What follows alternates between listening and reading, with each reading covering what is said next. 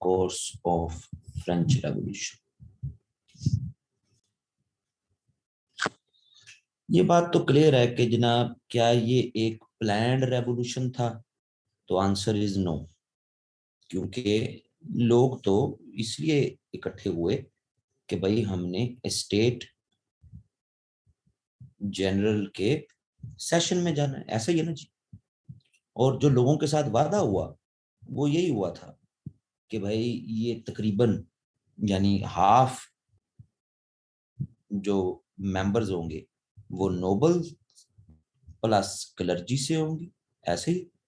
और remaining half जो हैं वो पेजेंट्स प्लस आपकी मिडिल क्लास ट्रेडिंग क्लास उससे होगी, और कंबाइंड इजलास होगा, ऐसे ही। और काफी तादाद में थोड़े बहुत, यानी कि आप थोड़ी बहुत कह रहे हैं, बड़ी तादाद में तो नहीं, थोड़ी बहुत तादाद में नोबल्स और क्लर्जी वो पेजेंट्स और मिडिल क्लास के साथ मिले हुए थे। यानी ये चांसेस थे कि अगर किंग वोटिंग करवाएगा कि हाँ जी टैक्स लगाने चाहिए नहीं लगाने चाहिए, तो ये वाला ग्रुप जो है वो जीत जाएगा। टैक्स किस पे लगाने के लिए? नोबल्स पर लगाने के लिए, क्लर्जी पर लगाने के लिए, तो ये मान जाएंगे। और एक्स्ट्रा ऑर्डिनरी जो हालात है फ्रांस के, उसमें फिर टैक्स देने पड़ेंगे जी नोबल्स को, क्लर्जी को। लेकिन आखिरी लम्हे पे क्या हुआ, कल हमने जहां बात खत्म की थी कि जब वर्साय में सारे इकट्ठे हो रहे थे, तो जनाब नोबल्स और क्लर्जी ये तो अंदर गए हॉल में, लेकिन थर्ड स्टेट जो है, यानी कि ये थर्ड स्टेट, इस पर दरवाजे बंद कर दिए गए कि जी आप इंतजार करें, पहले उनका इजलास होगा फिर आपका। यानी इसका मतलब अब वही पुराना तरीका, जितने भी नोबल्स हैं इनका एक वोट शुमार होगा, जितनी भी क्लर्जी है उनका एक वोट होगा, और जितने फिर ये थर्ड स्टेट वाले हैं पेजेंट्री, इनका एक वोट होगा। तो ये भी नो कह देंगे मेजोरिटी, ये भी नो कह देंगे, ये चाहे यस कहते भी रहे, तो फिर वही मामला तो खराब ही रहेंगे। तो ये बड़ी एक नाजुक सूरत हाल बन गई। जून का महीना था, जून 1789 का। तो ये जितने पेजेंट्री वाले थे ये सारे वहीं पे टेनिस कोर्ट में इकट्ठे हो गए, वहां बैठ के धरना दे दिया, ठीक है जी, कि भाई हम तो यहां से नहीं उठेंगे जब तक जो है ना जी हमारी डिमांड्स पूरी नहीं की जाएंगी। और जून के महीने में यहीं पे बैठे हुए इन्होंने फिर ओथ ऑफ टेनिस कोर्ट वो भी ले लिया। इस ओथ ऑफ टेनिस कोर्ट के जरिए इन्होंने अपने आप को डिक्लेयर कर दिया कि हम हैं नेशनल असेंबली फ्रांस की। अब हम हैं, ये कुछ 600 प्लस लोग थे, हम हैं। कुछ थोड़े बहुत नोबल्स और क्लर्जी ने भी इनको ज्वाइन कर लिया ना जी। तो हम हैं जी फ्रांस की नेशनल असेंबली। अब जो हम कहेंगे वही होगा। ये जैसे ही इन्होंने ये अनाउंस किया तो किंग ने एक और गलती कर दी, किंग की तरफ से एक और मिस्टेक हो गई। किंग ने नेकर जो था, नेकर का तो आपको अब पता ही होगा, आखिरी वजीर जो है, तो किंग ने नेकर को हटा दिया, डिसमिस कर दिया। सही है जी, डिसमिस्ड।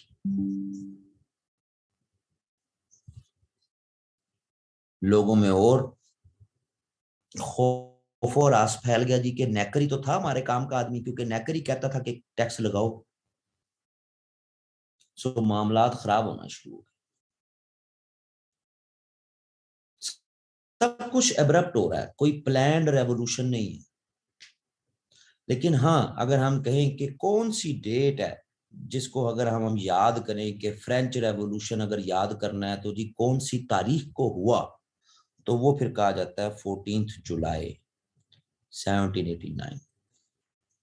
इस दिन ये हुआ कि एक जेल थी, एक किला था जो कि पेरिस में था। पेरिस में एक, जिस तरह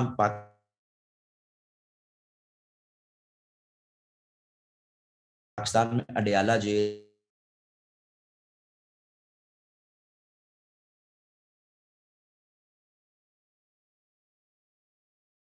खतरनाक आदमी वही रख।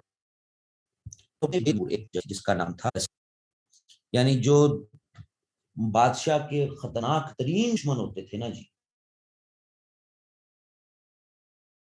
ठीक है जी, वो उनको यहाँ पे रखा जाता था।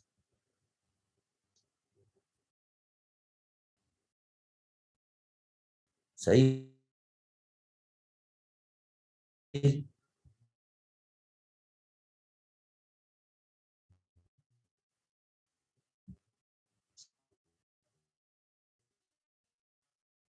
यार ये कैमरा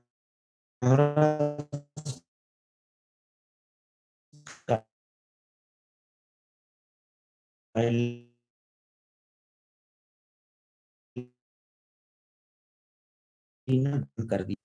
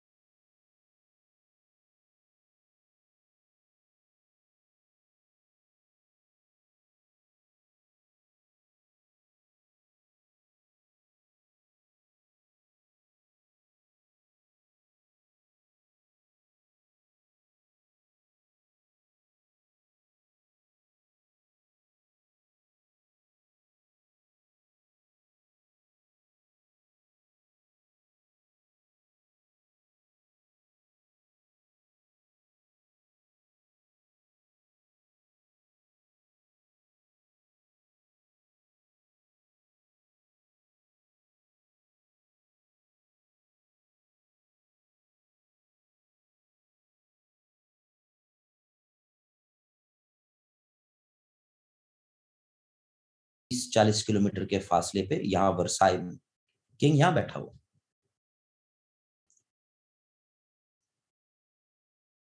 यहाँ ये चीज भी गौरतलब है कि 1788 1789 में बहुत खुश्क साली भी बहुत पड़ी, बारिशें नहीं हुई, जिसकी वजह से एग्रीकल्चर सेक्टर जो है वो भी फ्रांस का डिस्टर्ब हुआ। अब जब भी एग्रीकल्चर सेक्टर डिस्टर्ब होता है ना, तो फौरी तौर पर नहीं इशू बनता, इशू बनता है 1 साल बाद, 6 महीने बाद। ज़ाहिर आज लेट्स से के गए इस साल में पाकिस्तान में गंदम की काश्त नहीं करते, तो फौरन तो गंदम नहीं ना हो जाएगी, अगले साल में उसका इम्पैक्ट पड़ेगा।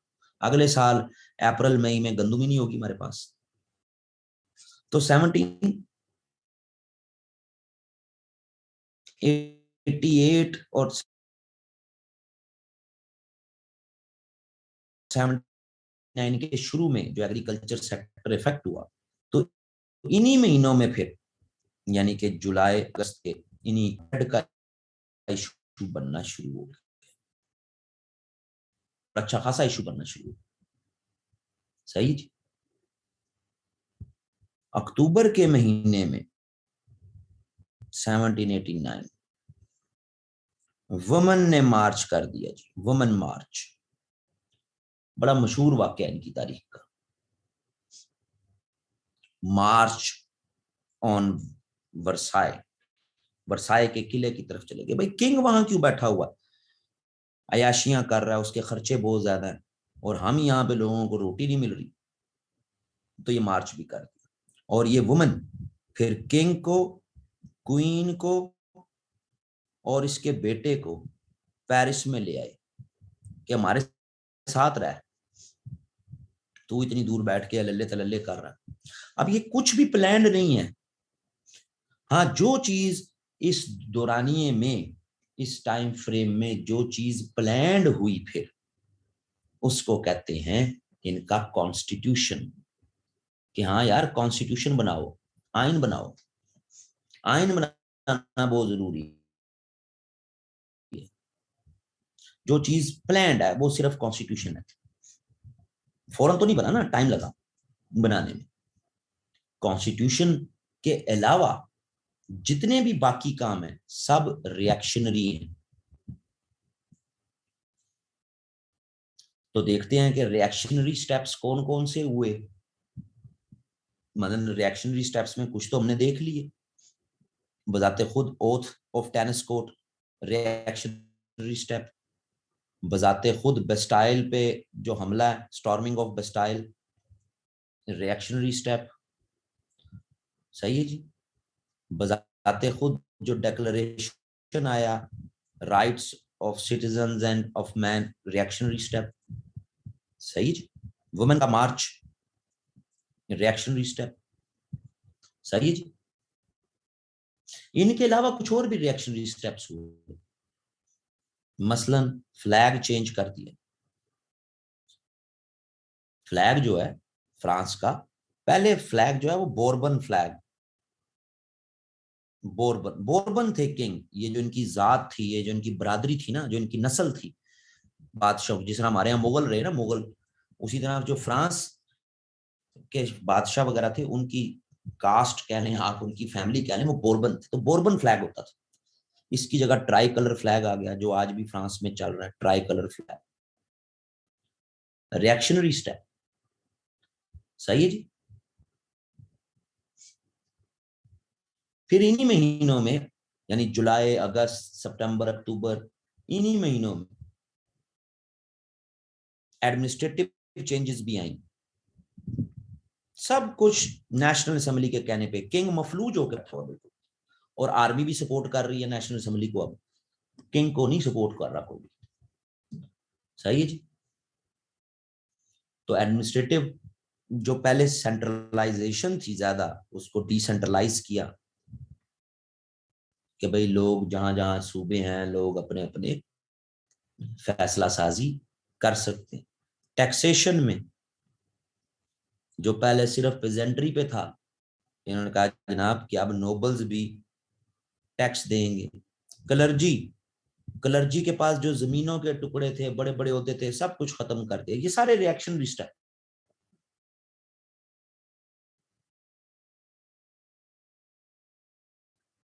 क्लर्जी को सैलरी पे रख दिया कि अब सरकारी तौर पर क्लर्जी को सैलरी मिलेगी, उसके अलावा कुछ नहीं मिलेगा। लेकिन ये सारे रिएक्शनरी स्टेप्स हैं। वो हमें पेपर पॉइंट ऑफ व्यू से पूछ सकता है कि फ्रेंच रेवोल्यूशन के रिएक्शन में कौन सी डेवलपमेंट्स हुई, तो हम इन्हीं की को एक्सप्लेन करेंगे, इन्हीं को बता देंगे, बनाते हैं। आगे हमारा मुल्क एक नए आइन के मुताबिक चलेगा। सो ये नया आइन फिर इन्होंने बनाया, इन्होंने डेवलप किया। सही है जी। नए आइन, उसमें मोनार्की मौजूद रही कि किंग होगा हमारा, यही किंग होगा। हम किंग के खिलाफ नहीं है जनाब, हम तो अपने हकूक की बात करते हैं बस। तो किंग रहेगा। सही है जी। लेकिन किंग के पास नो कंट्रोल ऑफ आर्मी या नेवी, कोई कंट्रोल नहीं होगा जी किंग के पास। ठीक है जी।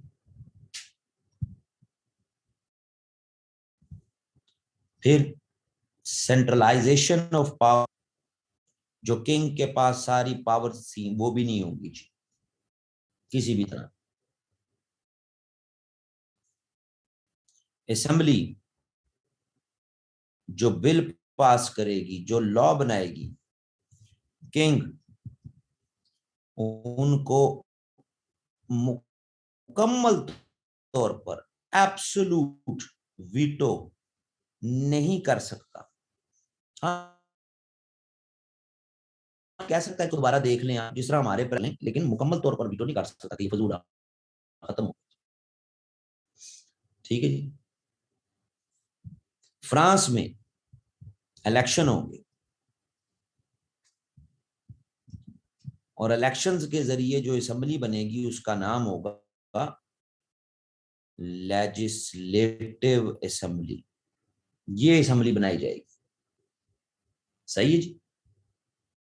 और आखिरी चीज कि जो जो नेशनल असेंबली के मेंबर हैं, नेशनल असेंबली के मेंबर, ये 600 प्लस, ये कोई भी इलेक्शन में हिस्सा नहीं लेंगे, ताकि ये शक ना पड़े कि इन्होंने अपने मकसद के लिए, अपनी पावर के लिए ये कॉन्स्टिट्यूशन बनाया। ठीक है जी। तो बड़ी हवा डेवलप होनी शुरू हो गई कि जनाब कब होंगे अब इलेक्शन, कब बनेगी अगली जो है वो असेंबली। इसी टाइम में याद रखिएगा कि 1790 के टाइम, यानी 1789 1790, इस टाइम में यूरोप के बहुत से ममालिक में एक मिक्स रिएक्शन था। यानी यूके में, यूके के किंग, यूके के पीपल ये साइलेंट थे, बल्कि इन अ वे हैप्पी थे कि लो जी फ्रांस के लोगों को हकूक मिल रहे हैं। They were not against French revolution at that time. आगे चल के खिलाफ हो गए, लेकिन इस टाइम साइलेंट थे। ऑस्ट्रिया, ऑस्ट्रिया का किंग ये ब्रदर था जी मैरी का। और मैरी कौन है जी? कल मैंने बताया था मैरी कौन है।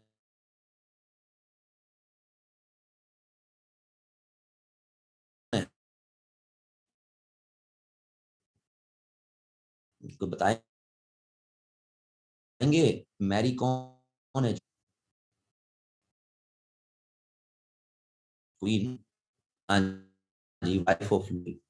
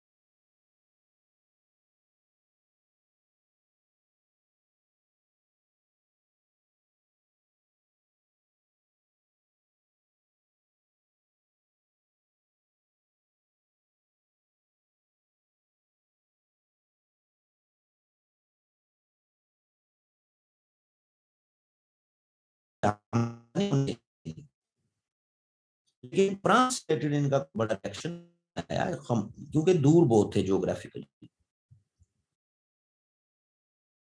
तो फ्रांस के किंग को और फ्रांस की क्वीन को बहुत उम्मीद थी, बहुत होप थी कि मेरे करण अर्जुन आएंगे, ऑस्ट्रिया और प्रशियन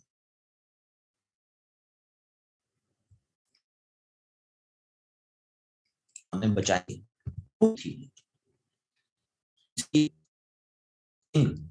जो भी बिल वगैरह नेशनल असेंबली से आता था वो ऑब्जेक्शन लगाता रहता था, बल्कि जो है वो कोशिश उसकी यही थी कि जनाब ये खत्म ही हो हर चीज, दोबारा में पप्पा भरो।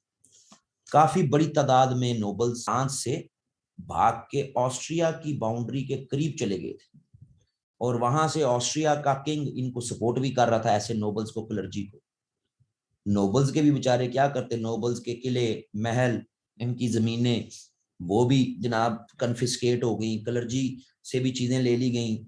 जो नोबल और क्लर्जी फ्रांस में मौजूद रहे वो जो इस तब्दीली के हक में थे, ज्यादातर जो है तब्दीली। तो ऑस्ट्रिया के किंग की तरफ से बातें आती जा रही थी कि हाँ भाई, फ्रांस के किंग को तो एक पैगाम आया, फ्रांस के किंग को और क्वीन को, कि किसी तरीके से तुम भागो, निकलो यहां से, निकल के एक दफा ऑस्ट्रिया की बाउंड्री के करीब आ जाओ, उसके बाद फिर हम अटैक करेंगे। क्योंकि अगर तुम फ्रांस में मौजूद हो और हमने अटैक कर दिया, तो ये जो इनकलाबी हैं ये बदला लेने के लिए किधर तुम्हें ना कत्ल कर, तो फिर ना बजे ना जो है वो कोई फायदा ही नहीं होना कुछ। तो तुम निकलो।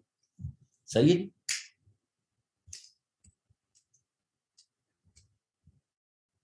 तो इन्होंने भागने की कोशिश की, ये कोई जून 1791 में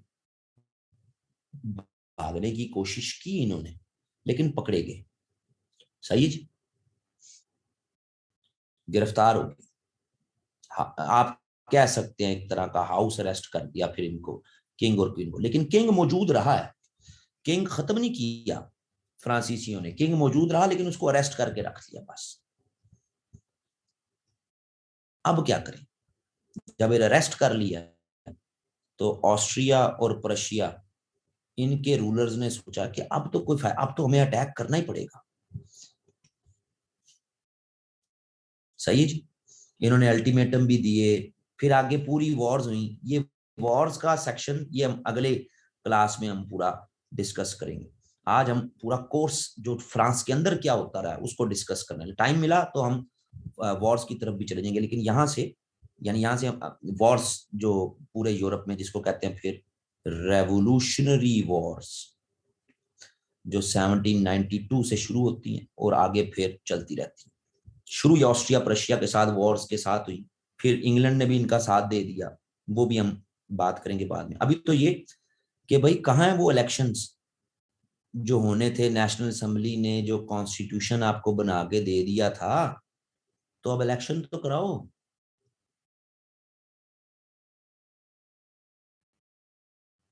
तो जनाब जून से अक्टूबर के दरमियान ये इलेक्शन हुए, slowly and gradually, Aahista Aahista. और यूं दूसरा फेज शुरू हो गया, जिसको कहते हैं कि अब बन गई है लेजिस्लेटिव असेंबली। यानी जो पहला फेज था ना जी, जिसको आप कहते हैं नेशनल असेंबली, ये चली 1789 से 91 तक। इन्होंने आइन भी बना दिया, किंग और क्वीन को अरेस्ट भी कर लिया, लेकिन किंग वही है, फ्रांस का किंग वही है जो अरेस्ट में है, लेकिन है किंग। लेजिस्लेटिव असेंबली आई। लेजिस्लेटिव असेंबली ये तकरीबन 750 मेंबर्स हैं जी इसके, लेजिस्लेटिव असेंबली की। नेशनल असेंबली में जितने बड़े बड़े दिमाग थे, कोई भी इसका मेंबर को। सही है जी, ये एक तरह से बहुत बड़ा फ्लॉ भी था, क्योंकि जितने भी एक्सपीरियंस थे, जितने भी दिमाग दिमाग थे, बड़े लोग, वो तो असेंबली से बाहर हो गए और इस लेजिस्लेटिव असेंबली में फिर एक न्यू लीडरशिप सामने आई। सही है जी।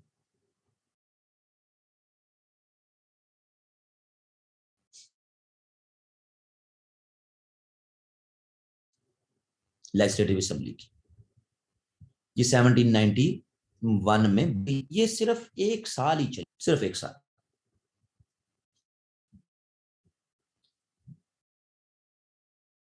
अब ये जो न्यू लीडरशिप आई है ना जी, ये बड़ा मजेदार काम है। इस लेजिस्लेटिव असेंबली में बेसिकली दो तरह के, टू टाइप ऑफ पीपल रहता है, कॉन्स्टिट्यूशनिस्ट और दूसरों को कहा जाता है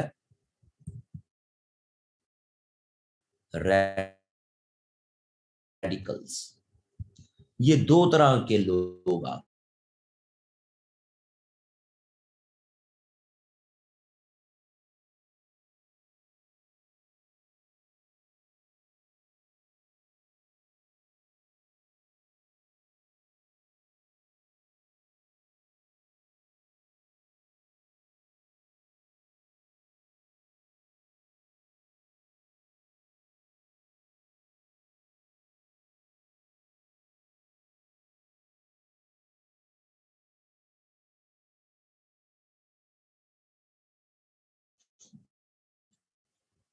आइन कॉन्स्टिट्यूशन मुताबिक चलो, जिस तरह यूके में हो रहा है कि यूके के किंग के पास इतनी पावर्स नहीं है, पार्लियामेंट के पास ज्यादा पावर, तो हमें कोई जरूरत नहीं है किंग को खत्म करने की, क्योंकि किंग को खत्म करने जाएंगे तो इनको नजर आ रहा था कि हमारी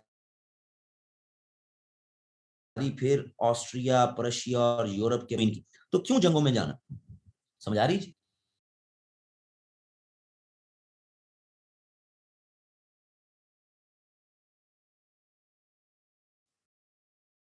क्लियर है जी।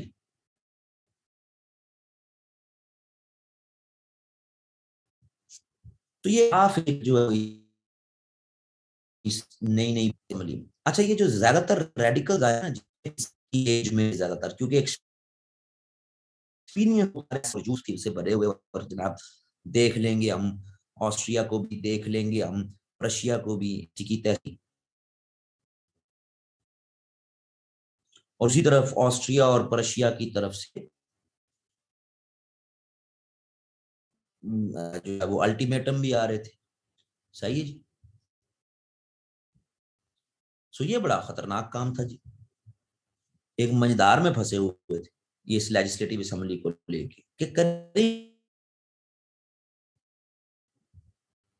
सो एक साल से भी कम अरसे में, एक साल से भी कम अरसे में ये वाजिया हो गया कि इस आइन के मुताबिक हम नहीं चल सकते। क्यों? क्योंकि लेजिस्लेटिव असेंबली कोई भी बिल पास करती थी, बिल पास किया, अब बिल को आइन के मुताबिक नहीं, इस आइन के मुताबिक जो पहला आइन बनाया, किंग को किया हुआ आपने अरेस्ट, हाउस अरेस्ट, किंग किसी भी आपके बिल पे साइन नहीं करता था, किंग साइन नहीं करेगा तो बिल पास नहीं होगा, फंस गए। कॉन्स्टिट्यूशनिस्ट कहते थे कि नहीं नहीं बातचीत करो यार, रास्ता निकालो कोई, रेडिकल्स कहते थे ऐसी की तैसी, किंग की भी और बाकियों की भी, चल नहीं सकते थे आप। सही है जी। दूसरी तरफ 1791 में जब ये लेजिस्लेटिव असेंबली अभी थी, तो ऑस्ट्रिया और प्रशिया, इन्होंने जनाब अल्टीमेटम दे दिया। अल्टीमेटम को कहते हैं डिक्लेरेशन ऑफ पिलनेट्स। इन्होंने अल्टीमेटम दे दिया, उन्होंने कहा जनाब रिस्पेक्ट के साथ ट्रीट करो किंग को, अपनी और क्वीन को रिस्पेक्ट के साथ, नहीं तो हमने अटैक कर देना। सही जी। इन हालात में फ्रांस का की जो सेंट्रल एडमिनिस्ट्रेशन है वो बड़ी क्योटिक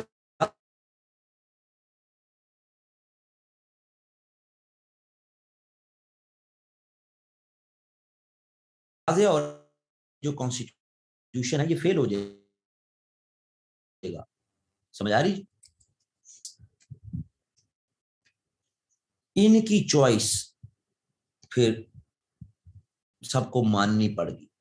इनकी चॉइस ये थी कि किंग को अब प्रॉपर सस्पेंड कर दो, हमें किंग चाहिए ही नहीं, ना सिर्फ सस्पेंड कर दो, इसको जेल में डाल दो, प्लस ये जो हमारा फर्स्ट कॉन्स्टिट्यूशन है ना जी, इसको भी सस्पेंड कर दो, इसके जरिए भी मुल्क नहीं चल सकता।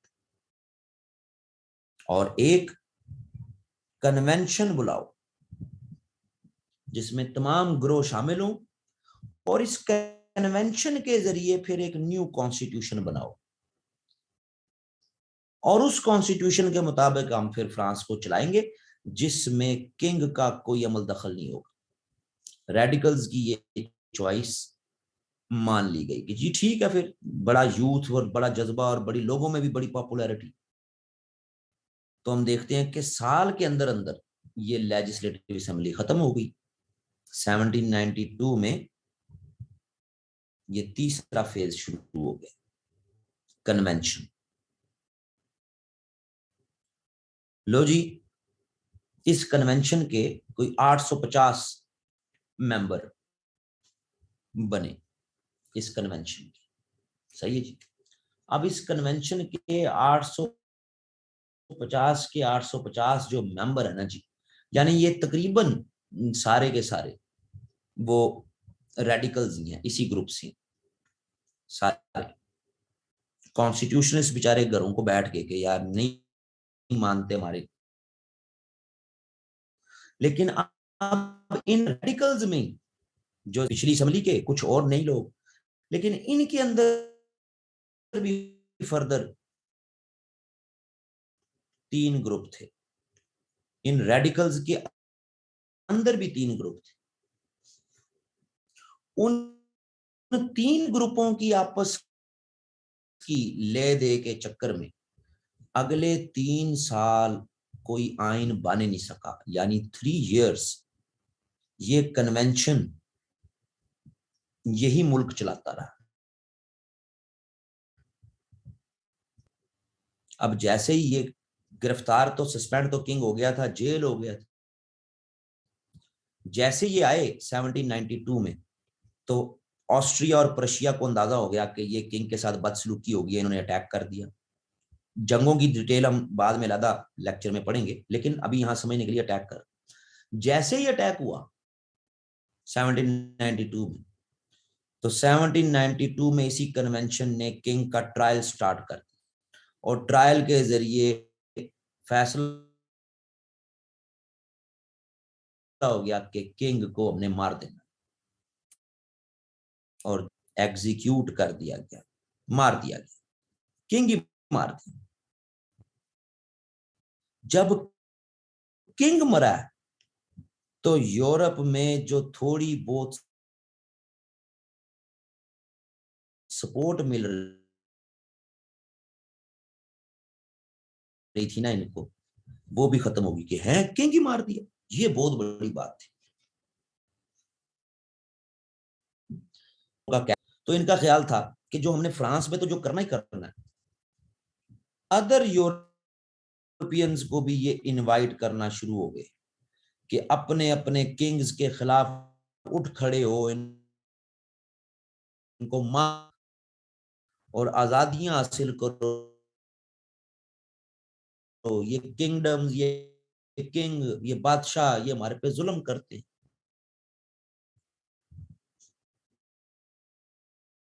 इसकी वजह से यूरोप के और बाकी रूलर्स भी इनके खिलाफ हो गए। तो यहां से इनकी एक पूरी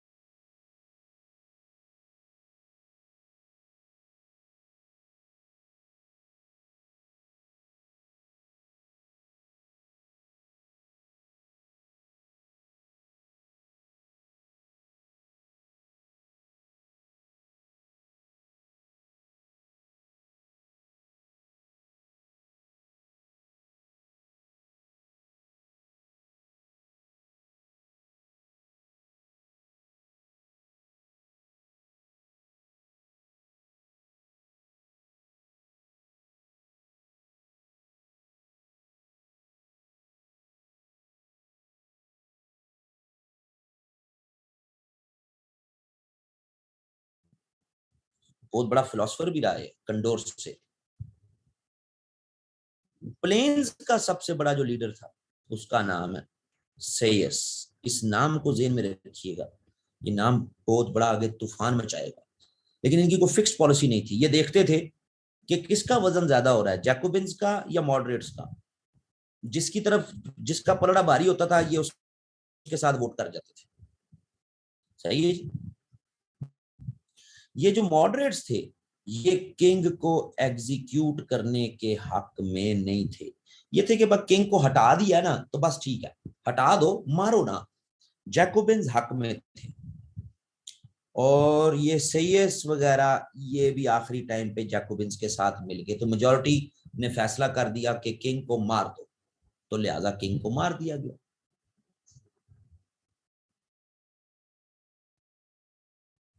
लेकिन जो 1793 से 94 के दरमियान हुआ ना जी, जिसको कहा जाता है रेन ऑफ टेरर, इसने साबित कर दिया कि भाई कॉन्स्टिट्यूशन बहुत जरूरी है। सारी पावर्स तो रॉबस्पियर के कंट्रोल में चली गई, तो ये गलत है। रॉबस्पियर ने तो मुल्क का बेड़ा गर्क कर दिया, हर बंदे को पकड़ के मारे जा रहा। जनवरी 1793 में किंग को एग्जीक्यूट किया। अक्टूबर 1793 में क्वीन को भी एग्जीक्यूट करवा गया रॉबस्पियर। उनका मामला ही खत्म करो। सही है जी।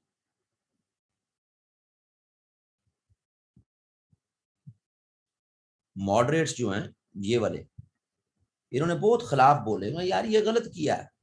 रॉबस्पियर ने मॉडरेट्स को भी मरवाना शुरू कर दिया। हर वो बंदा जो मेरे खिलाफ जाएगा मैं नहीं छोड़ूंगा उसको। अल्टीमेटली कन्वेंशन के पास कोई इख्तियार वो नहीं था तरीका कि करें क्या, कैसे रोकें। तो कन्वेंशन का इजलास बुलाया गया और उसमें रॉबस्पियर को धोखे के साथ कैप्चर किया गया और फौरी तौर पर इसको कत्ल करा दिया गया कि जान छुड़ाओ यार इससे, ये तो बेड़ा गर्क कर गया हुआ। हाँ, इस पूरे दौर में कुछ फायदे भी हुए इस कन्वेंशन के पूरे दौर में, क्योंकि दौर तो जाहिर है 1792 से 95 का। रॉबस्पियर तो 93 से 94 रहा है ना, तो थोड़ा सा पहले का दौर भी है, थोड़ा सा बाद का दौर भी है। तो इस पूरे 3 सालों में जहां हर 15 दिनों के बाद आपका प्रेसिडेंट नया आता था, न्यू प्रेसिडेंट हर 15 दिन बाद, तो क्या कोई रिफॉर्म्स हुई, क्या कोई बेहतरी की तरफ कोई बढ़े भी या कोई नहीं बढ़े? तो हुई रिफॉर्म्स, ऐसा नहीं है कि नहीं हुई। नए लॉज बनाए गए, बड़े काम हुए, लेकिन आइन कोई नहीं था। जितनी रिफॉर्म्स थी ये सारी टेम्पररी थी, क्योंकि आइन ही कोई नहीं है। रिफॉर्म्स को कॉन्स्टिट्यूशनल प्रोटेक्शन भी तो चाहिए ना। आज मैं रिफॉर्म्स कर दूं, कल कोई और आ जाए वो ना माने, तो आइन होगा तो तभी इस्लाहात को एक पूरा जो है वो सपोर्ट मिल जाती है ना कि हाँ यार ये ठीक होगा और ये आगे चलता रहे। तो जी आइन चाहिए, अगला आइन बनाओ जल्द से जल्द। आप देख सकते हैं कि इनकलाब जब आते हैं ना तो बड़ी प्लानिंग के साथ आते हैं। यहाँ तो सारे तजर्बों पे तजर्बे हो रहे हैं।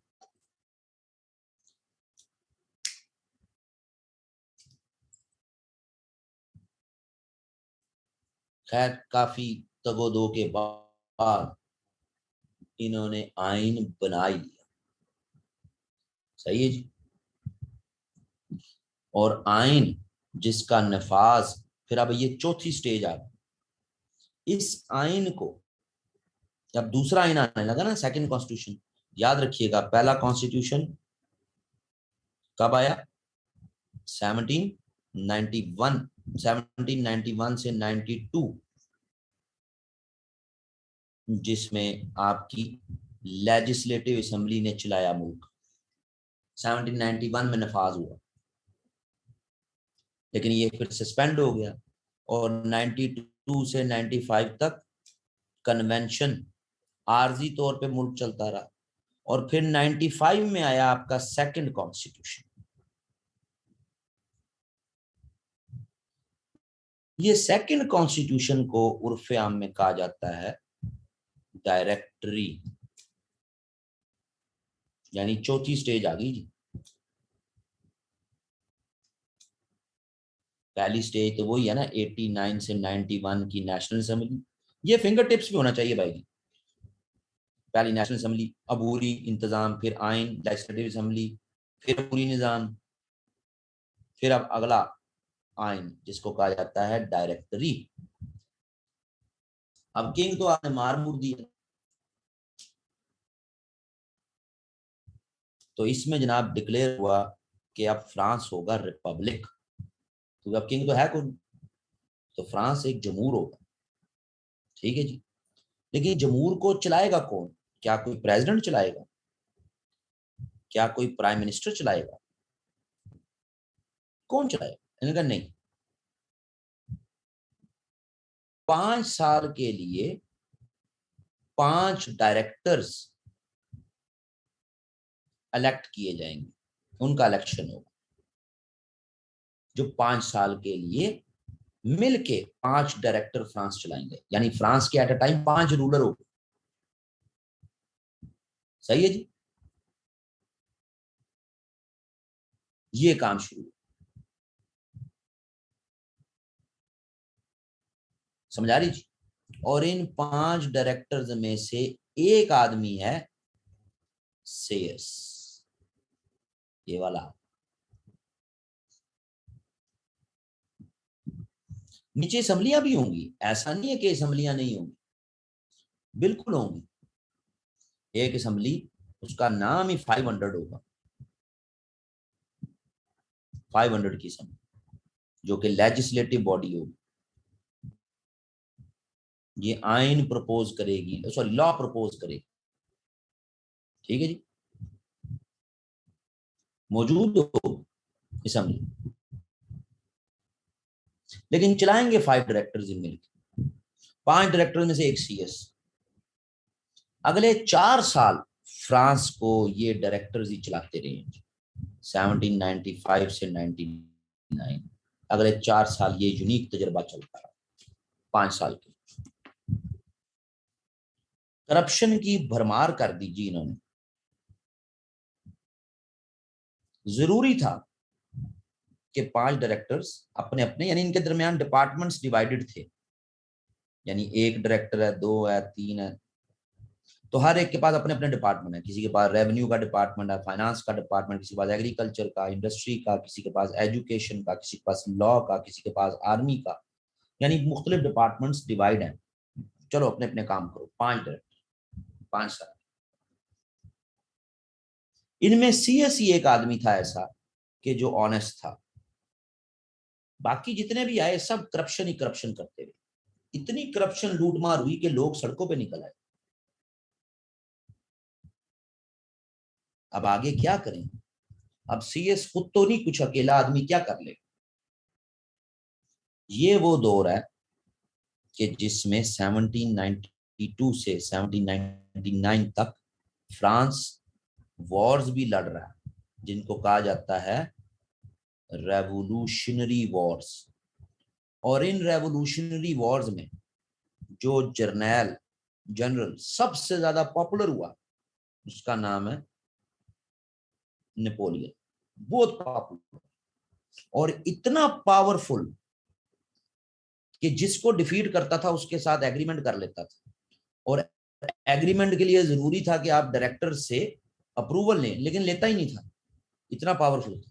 उसको अंदाजा था कि मैं भेजूंगा चीज, फिर वहां पे जनाब सवाल जवाब होंगे, खुद ही एग्रीमेंट कर लेता था। ये हम करेंगे, ये जो इसकी पावर और इसके एग्रीमेंट्स कि जनाब कैसे ऑस्ट्रिया और बाकी के साथ जब वॉर्स को डिस्कस करेंगे। वॉर्स डिस्कस करना बड़ा जरूरी है।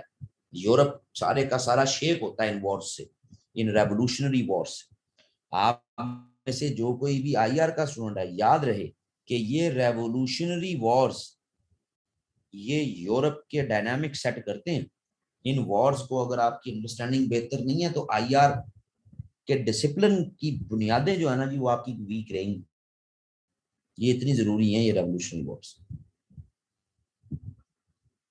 1799 में सीएस ने बंदा भेजा नेपोलियन को कि यार नेपोलियन ये बेड़ा गर्क कर रहे हैं पूरे फ्रांस का, तो यार आ और आके कू कर दे, मिलिट्री इंटरवेंशन कर। ये डायरेक्टर्स के बस की बात को नहीं है फ्रांस को चलाना। तो यहां से फिर हुआ मिलिट्री कू। 1799 में नेपोलियन आया और नेपोलियन ने आके सीएस की मदद से मिलिट्री कू कर दिया। यानी ये डायरेक्टरी भी खत्म, ये वाली ये डायरेक्टरी खत्म। 4 साल चली बस, 4 years। और फिर स्टेज आ गई, ये चौथी स्टेज, तो फिर आ गई 5वीं स्टेज। कोर्स ही चल रहा है अभी, रेवोल्यूशन सेट ही नहीं हो रहा कि किस तरह की हुकूमत बनेगी।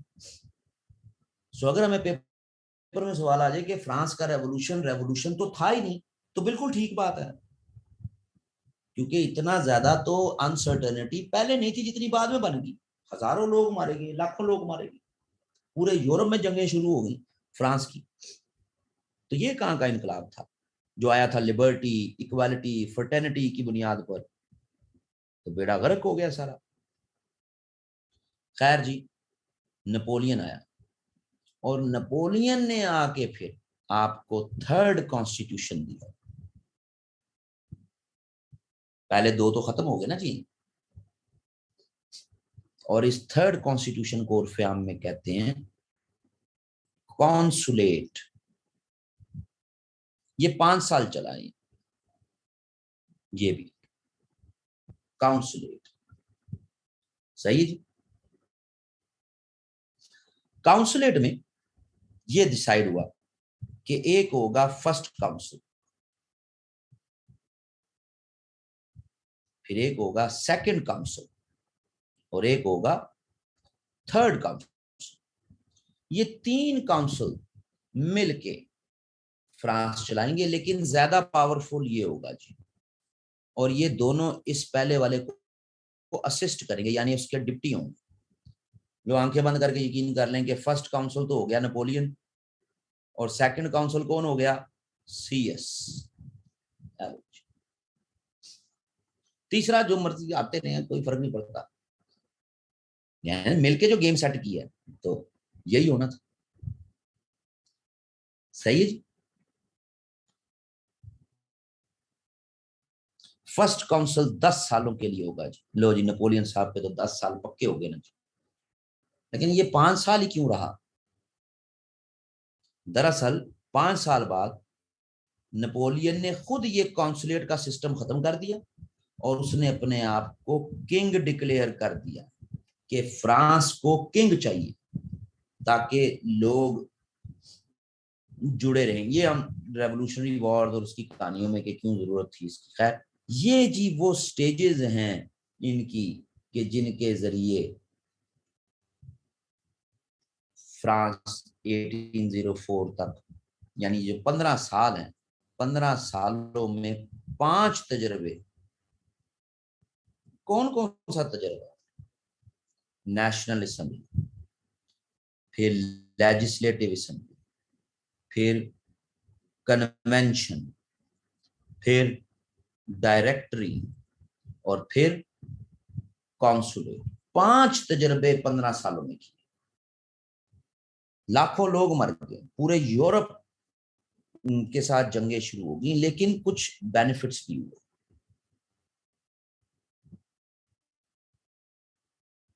सही।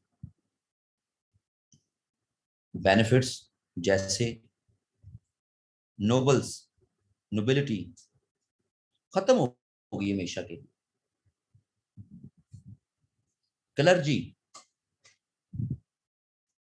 स्टेट के कंट्रोल में चली गई। हाँ जी, पहले जो खुद मुख्तारी थी क्लर्जी की वो खत्म हो गई, स्टेट के कंट्रोल में चली। एजुकेशन का सिस्टम बेहतर हो गया, डिसेंट्रलाइजेशन हो गई। ठीक है जी। एडमिनिस्ट्रेशन के लिहाज से जरा बेहतर हो, टैक्सेशन बेहतर हो गए, सारे टैक्स देंगे जी, सब इक्वल है। फिर पहली दफा लॉज रिटन फॉर्म में, इससे पहले नहीं थे, रिटन फॉर्म में लॉज भी आ गए। करेंसी, जिसको आज आप पेपर करेंसी नहीं कहते, पेपर करेंसी शुरू हो फ्रांस में, बाकी जगहों पे भी थी लेकिन फ्रांस ने अडॉप्ट इसी दौर में की पेपर करेंसी।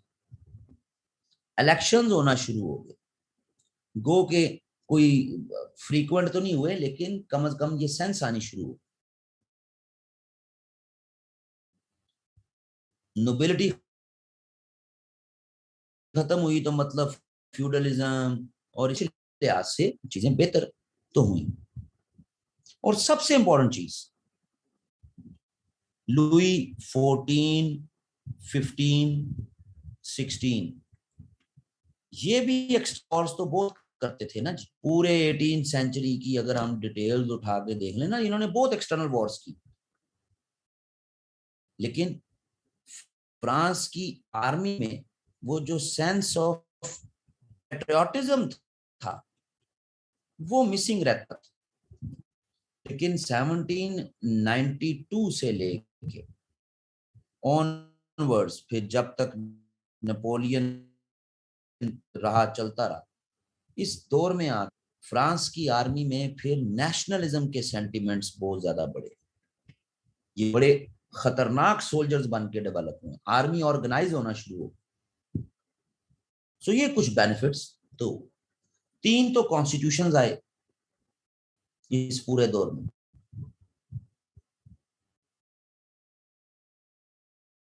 सो ये कोर्स जो कि साबित करता है कि रेवोल्यूशन किसी भी तरह प्लान्ड नहीं था। ज्यादातर रिएक्शंस हुए, रेवोल्यूशन नहीं था, ये रिएक्शंस थे।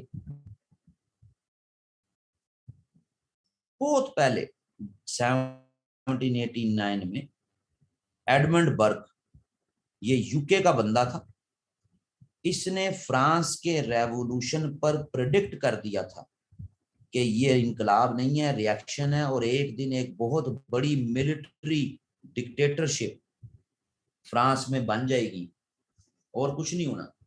और वही हुआ, नेपोलियन के आने से बड़ी मिलिट्री डिक्टेटरशिप बन गई। बहुत पहले उसने 1789 में ही जो है वो किताब लिख दी थी। किताब का नाम है reflections on French revolution, Edmund Burke की इसकी किताब। तो बड़ी डिटेल में इसने उसी टाइम कह दिया था, कहता था ये बेड़ा गर्क हो जाना इनका।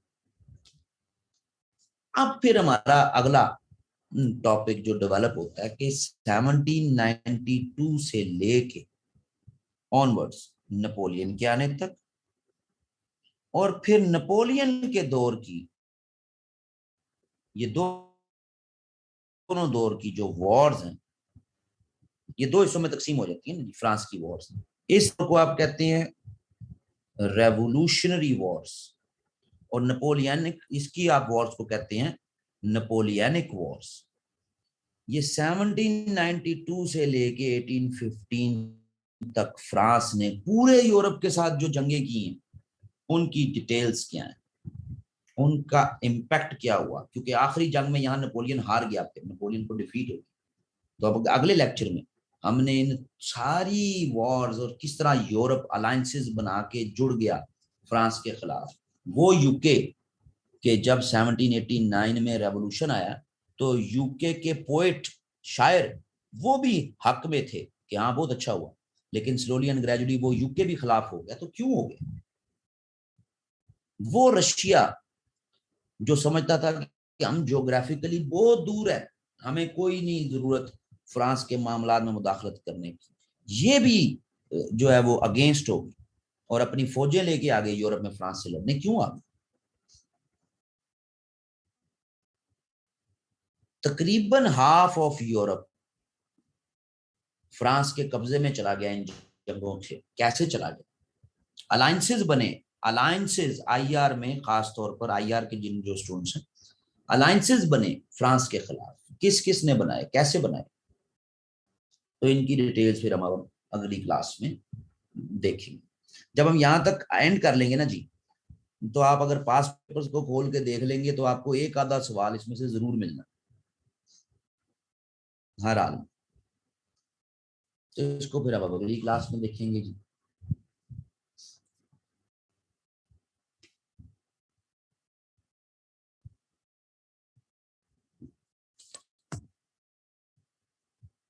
भाई जो लेट ज्वाइन कर रही हैं, मैं तो नहीं जो है वो उनको कोई मैंने इनविटेशन तो नहीं भेजा ना कि आप ज्वाइन कर लें। आप अपनी मर्जी से लेट आए हैं, पहले ज्वाइन कर लेते।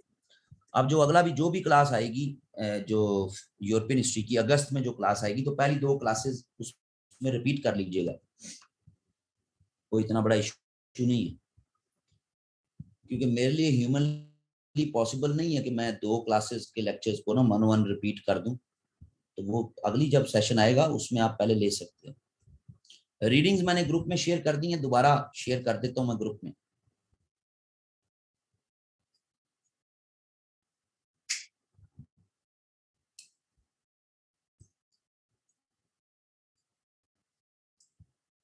और जी खास तौर पर जो लोग रजिस्टर्ड नहीं है, ये आज आखिरी फ्री क्लास थी।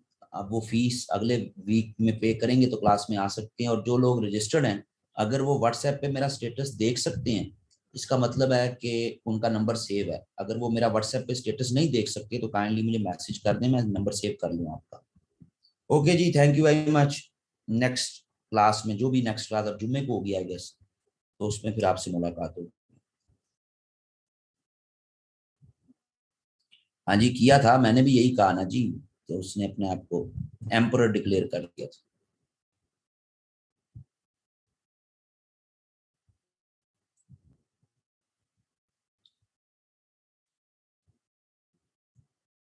ओके जी, टेक केयर, बाय बाय।